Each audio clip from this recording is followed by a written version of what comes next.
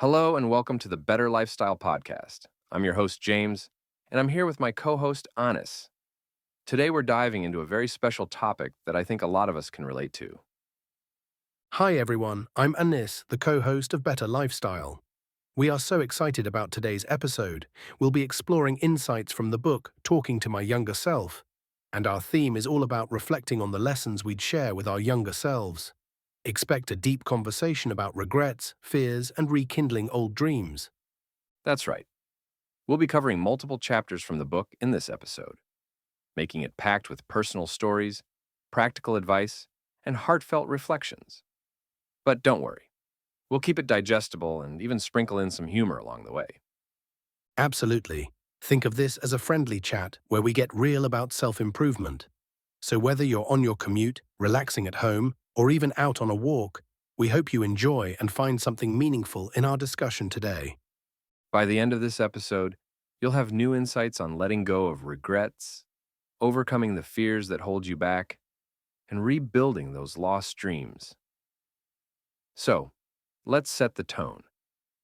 Open your mind, maybe grab a cup of coffee or tea, and get ready for an honest conversation. You might even start thinking about what you'd tell your younger self. Let's dive into our first big topic: regret and letting go.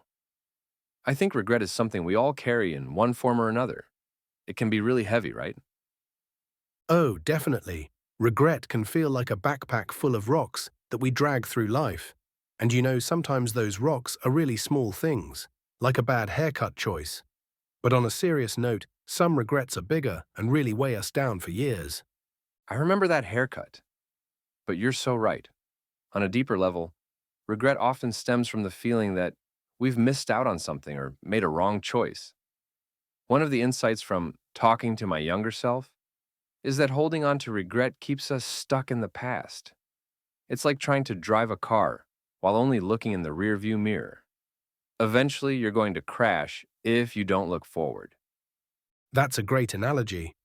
I read somewhere about a nurse who worked with people at the end of their lives, and she noted the top regrets people shared. The most common regret wasn't something like, I wish I'd made more money.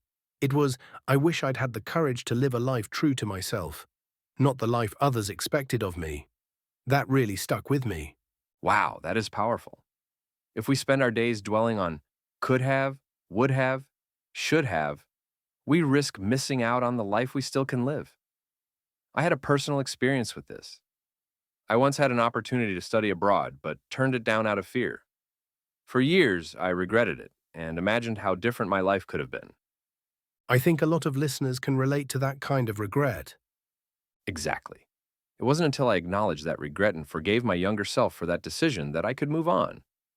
In the book, the author talks about actually having a conversation with your younger self, imagining telling them it's okay.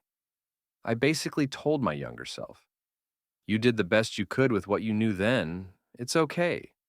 Life turned out pretty great in other ways, didn't it? And that helped me let it go. I love that exercise. It's like giving yourself permission to be human. We all make mistakes or avoid risks when we're young. We're learning. So how do we let go of regret in practical terms? Here are a couple of steps for our listeners. Acknowledge and learn. Instead of burying regret, reflect on what you learned from it. Forgive yourself. You did the best you could with what you knew at the time. Take action where you can. It's never too late to create new opportunities. Live more intentionally. Make choices today that your future self will thank you for. A little ritual can help too. Some people write down a regret on a piece of paper and then tear it up or burn it as a symbol of letting go. It sounds simple, but it can be powerful. Just don't burn down the house, folks. But seriously, letting go can be so freeing. Ask yourself, will this thing I regret matter in 5 years? In 10? If not, it might be time to lay it to rest. And to anyone listening who's feeling weighed down by regret, remember, you're not alone. Your younger self didn't know what you know now, and your future self might be looking back at today. So, make choices you won't regret later. And if you do, forgive yourself and keep moving. This has been such a heartfelt conversation today. Let's take a moment to recap. We talked about how holding on to regret can keep us living in the past, and that forgiving ourselves can set us free. We learned that fear is natural, but it doesn't have to paralyze us. We can take small steps forward and find the best things on the other side of that fear. And we explored lost dreams, realizing that it's never truly too late to rediscover or reinvent them in our lives. We want to leave you with a little reflection exercise. Sometime today or this week, sit down in a quiet moment and imagine you're having a talk with your younger self. What would you say? Would you tell them it's okay? Would you say, go for it? Don't be so scared of what could go wrong. Think about it. Maybe even write it down. You might be surprised at how much wisdom you actually have when you look at your life in hindsight. If you enjoyed this conversation, make sure to follow the Better Lifestyle podcast so you never miss an episode. We have more coming from talking to my younger self and other amazing self improvement topics. Hit that subscribe or follow button on your podcast app. And if you're feeling extra generous, leave us a review. It really helps us reach more people like you. And don't keep these insights to yourself. If you know someone who might enjoy this episode, share it with them.